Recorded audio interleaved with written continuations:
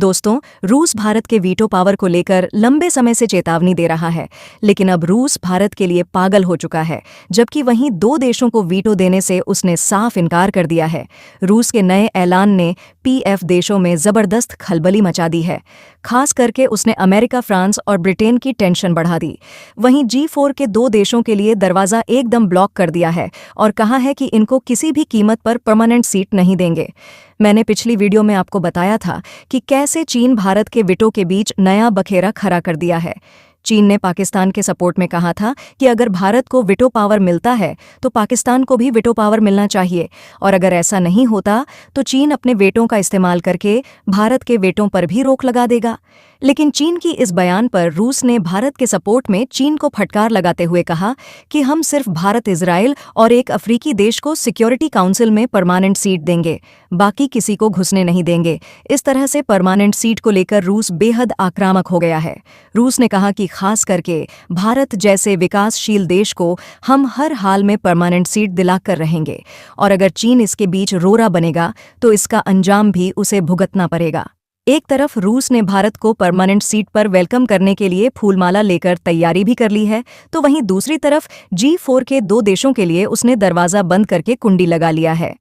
अब यहां से भारत के लिए तो रास्ता साफ हो गया, लेकिन G4 के दो देश बुरी तरह फंस चुके हैं, क्योंकि लावरोव ने कहा कि रूस और चीन दोनों मिलकर उन्हें घुसने नहीं देंगे। यूनाइटेड नेशन में पहले भी कई मौकों पर भारत का नाम लेकर रूस ने बवाल खड़ा किया है। यूक्रेन युद्ध के समय भी उसने भारतीय तिरंगे को जबरदस्त इज्जत दी, जबकि बाकी सभी देशों के झंडों को फ्रेंडली लिस्ट से हटा दिया था, जो कि यह दर्शाता है कि रूस के लिए भारत कितना जरूरी बन चुका है। इससे पहले भी उसने सिक्योरिटी काउंसिल में 6 बार अपने वीटो पावर का इस्तेमाल करके भारत को संपूर्ण सुरक्षा दी है, लेकिन इस बार रूस ने अपना भौकाल रूप भी दिखाया है, जिसके कारण पश्चिमी देश, नाटो और यूरोपियन यूनियन के कई देश बुरी तरह कांपने लगे। इसके साथ ही उसने गंभीर चेतावनी भी दी है। दोस्तों, यह वीडियो आगे और भी काफी इंटरेस्टिंग होने वाला है, इसीलिए वीडियो को अंत तक जरूर देखें। तो अब आपका सवाल होगा कि आखिर रूस ने किन देशों को वीटो पावर देने से साफ मना कर दिया है और क्यों? तो रूस ने सीधा कहा कि जो भी देश नाटो, यूरोपियन यूनियन या पश्चिमी देश से आते हैं या फिर उनसे संबंध भी रखते हैं, तो फिर हम उन्हें वीटो पावर नहीं दे पाएंगे।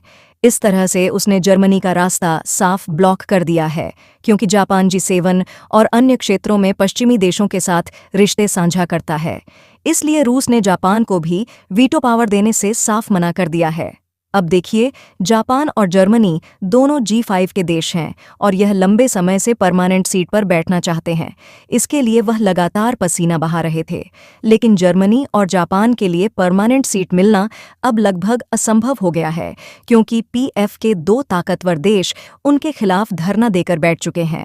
खुद रूस के विदेश मंत्री ने स्पष्ट किया कि यूएन सिक्योरिटी काउंसिल में जर्मनी और जापान जैसे पश्चिमी देशों को स्थायी सदस्यता देने की कोई जरूरत नहीं है, क्योंकि यह सिक्योरिटी काउंसिल के परमानेंट सीट पर बैठने के बाद सारा न्याय संतुलन बिगाड़ देंगे। उनके कहने का मतलब है कि यह इनडायरेक्ट तरीके से सिर्फ अमेरिका की मदद करेंगे, जैसा कि आज ब्रिटेन और फ्रांस करते हैं। रूसी विदेश मंत्री लावरोव ने कहा कि हमारा स्टंस बहुत ही सिंपल है। सिक्योरिटी काउंसिल को पश्चिमी देशों, नाटो और EU के सदस्य देशों या उनके सहयोगी जैसे जापान से कोई और सदस्य नहीं चाहिए, बल्कि यहां पर अफ्रीका, साउथ अफ्रीका और साउथ एशिया से नए देशों को जोड़ना है। खास करके रूस ने भारत के लिए स्पेशल सहमति दिखाई और कहा कि भारत जैसे विकासशील देश को हर हाल में परमानेंट सीट मिलना चाहिए, और भारत के लिए उसने लंबे समय से आवाज उठाई है।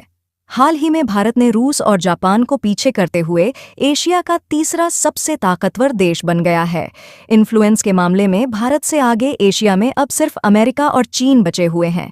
इस तरह से रूस को पता है कि आने वाले भविष्य में भारत की मुट्ठी में दुनिया की न केवल इकोनॉमी बल्कि संतुलन शक्ति भी होगी। इसलिए वह पिछले 50 सालों से बिना किसी डर के भारत के लिए हमेशा खड़ा रहा और कई बार दुनिया से टकरा चुका है। यानी कि रूस पश्चिमी देशों के किसी देश को परमानेंट सीट देने के मूड में नहीं है और इसके साथ ही वह जापान जैसे देशों को भी नहीं देगा जो G7 में रूस के खिलाफ प्रतिबंध लगाने की कोशिश करते हैं। हाल ही में जापान ने भारतीय कंपनियों पर भी प्रतिबंध लगा दिया था जो रूस को हथियार बनाने में चुपके से इक्विपमेंट सप्लाई कर रहे थे। रूस के विदेश मंत्री ने आगे कहा कि अगर जर्मनी और जापान जैसे देश UNSC परमानेंट सीट पर शामिल होते हैं तो इससे न्याय की स्थिति और भी खराब होगी। उदाहरण के लिए आप बांग्लादेश और गाजा में देख सकते हैं। ब्रिटेन और फ्रांस ने पिछले 33 सालों में अपने वीटो पावर का इस्तेमाल नहीं किया। ये दोनों अमेरिका के पपेट बने हुए हैं। जर्मनी और जापान अब नाटो और पश्चिमी गुट के सहयोगी हैं। रूस की नीति रही है कि वह पश्चिमी देशों के प्रभाव को कम करना चाहता है, खासकर UN जैसे अंतर्राष्ट्रीय संगठनों में। अगर जर्मनी और जापान को स्थायी सदस्यता मिलती है तो पश्चिमी देशों का दबदबा बढ़ जाएगा जो रूस के हितों के खिलाफ हो सकता है। रूस और चीन जैसे देश UNSC में अपनी स्थिति को मजबूत रखना चाहते हैं। अगर जर्मनी और जापान जैसे पश्चिमी समर्थक देशों को स्थायी सदस्यता मिलती है तो रूस की कूटनीतिक और राजनीतिक ताकत को चुनौती मिल सकती है। इसलिए रूस का मानना है कि जर्मनी और जापान जैसे देशों को स्थायी सदस्यता देने से पश्चिमी गुट का प्रभुत्व बढ़ जाएगा और न्यायिक संतुलन बिगड़ सकता है। जर्मनी और जापान को ऐतिहासिक रूप से हिंसक देश के तौर पर क्यों देखा जाता है? तो अगर जर्मनी की बात करें तो जर्मनी को हिटलर के नेतृत्व में नाजी पार्टी के कारण द्वितीय विश्व युद्ध का प्रमुख आक्रांता माना जाता है। हिटलर की विस्तारवादी नीतियों और यहूदी समुदाय के खिलाफ नरसंहार ने दुनिया को हिलाकर रख दिया था।